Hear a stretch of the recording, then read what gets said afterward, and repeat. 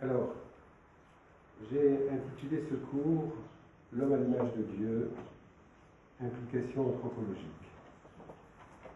Avant de commencer le cours, je voudrais rappeler en introduction ce qui était ressorti du cours de la semaine dernière, quand j'avais posé la question « Qu'est-ce que l'homme ? Suis-je un corps ? Suis-je une âme ?»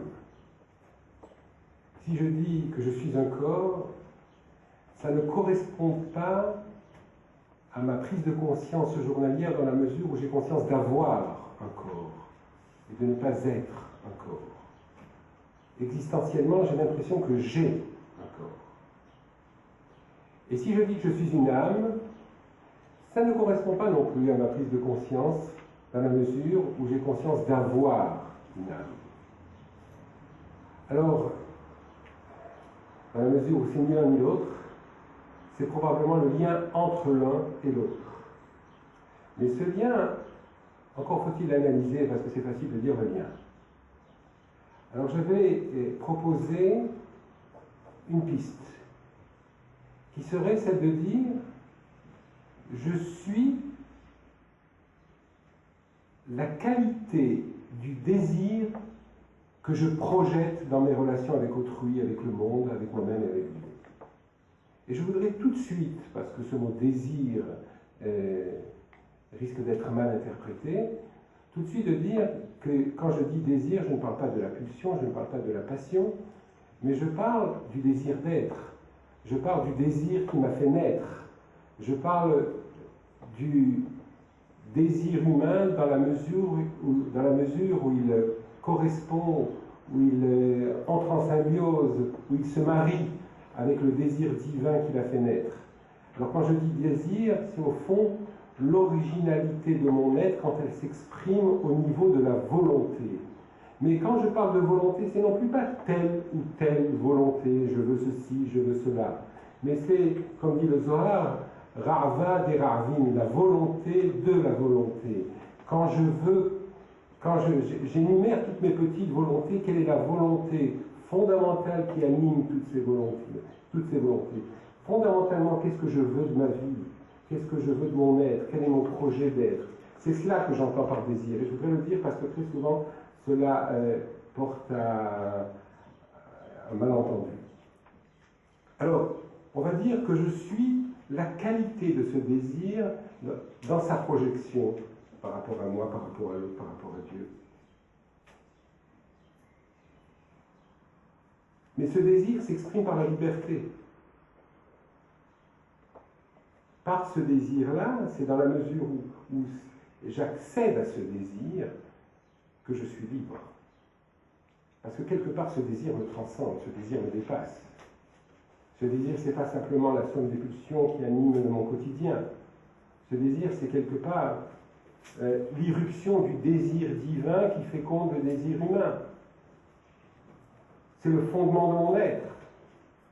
Et c'est ce qui brise, si vous voulez, la chaîne de la causalité intérieure. Quand je veux ceci, je veux cela, je veux ceci parce que, je veux cela parce que, il y a une causalité intérieure, une causalité psychologique, etc. Ce désir, en fin de compte, est au-delà de la causalité psychologique. Il fait irruption dans la causalité psychologique, il me rend libre, n'est-ce pas? Donc c'est ce désir dans le rapport à la liberté. Mais ce qui fait lien entre le désir et la liberté, c'est bien entendu la raison. J'utilise ma raison pour mettre en œuvre une liberté parce que j'ai des finalités particulières dans une situation particulière au nom de ce désir et de cette volonté qui m'anime. Donc il y a ici presque une trilogie. La trilogie qui commence par le désir, la volonté de la volonté, qui en fin de compte se réalise dans la liberté à travers le truchement ou la médiation de la raison. Et c'est peut-être cette trilogie-là qui constitue le fondement du moi humain ou le fondement du sujet humain. Et je voulais rappeler cela parce que ça sera peut-être la toile de fond de l'exégèse des versets que je vous propose d'étudier ensemble. Ce sont deux versets dans la Bible, dans la Genèse, qui parlent justement de l'homme à l'image de Dieu. Et la question est de savoir qu'est-ce que l'image de Dieu, en quoi suis-je à l'image de Dieu, et peut-on parler de Dieu, d'image pour Dieu, etc., etc. Alors, on va, si vous voulez bien, lire ces deux versets.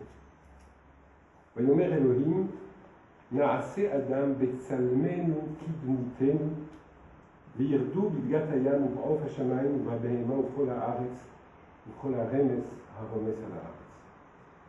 Dieu dit, faisons l'homme à notre image, à notre ressemblance, et qu'il domine les poissons de la mer, les oiseaux du ciel, les animaux de la terre et tous les reptiles qui rampent sur la terre.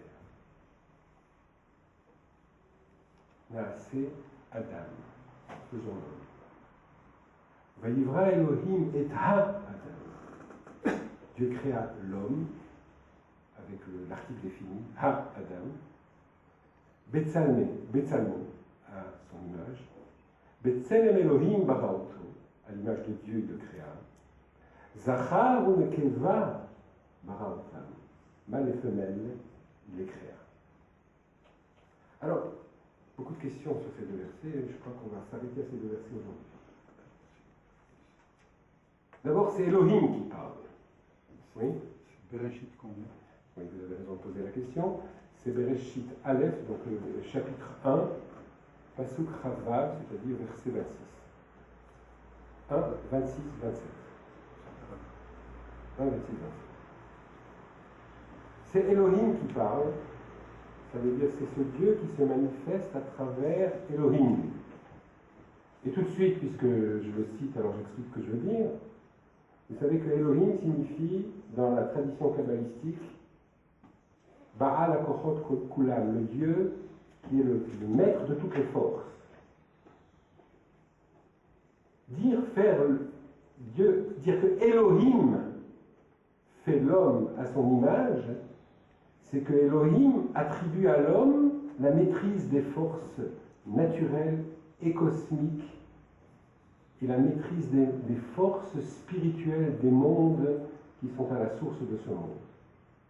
Je vous rappelle rapidement l'enseignement du Nefesh HaChaim, ce livre extraordinaire qui a été écrit par Rabbi Chaim de Volojine, l'élève du Gaon de Vilna, et qui dit dire que Elohim crée l'homme à son image, ça veut dire que Elohim donne à l'homme les clés des mondes. Ça veut dire qu'à travers mes actes, qu'à travers ma pensée d'abord, ma parole et mes actes, je suis le lieu de l'influx et de l'épanchement spirituel et de vie sur tous les mondes. Ça veut dire quand tout se passe comme si Dieu m'attendait. Comme si Dieu qui veut épancher de la vie, de la lumière, de la spiritualité, de la vie au monde, ce Dieu-là a besoin de l'homme pour le faire. Ça veut dire qu'en fin de compte, et je rappelle l'image du Nefesh HaChaim, le Nefesh HaChaim dit que tous les mondes, en fin de compte, s'imbriquent les uns dans les autres comme les pelures d'oignons les unes dans les autres. En d'autres termes, la pelure d'oignon, l'extériorité d'une pelure devient l'intériorité de l'autre pelure. Et chaque monde, dans la mesure où il est plus proche de Dieu, il est plus dans l'intériorité.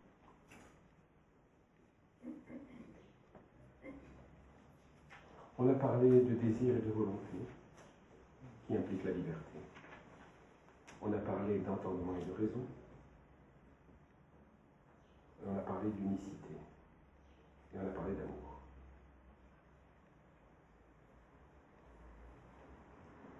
Dire que je suis à l'image de Dieu, je reviens donc à mon introduction tout à l'heure. Dire que je suis à l'image de Dieu implique un désir, une volonté, qui est à la racine de tout, même de mon intelligence et de mon entendement.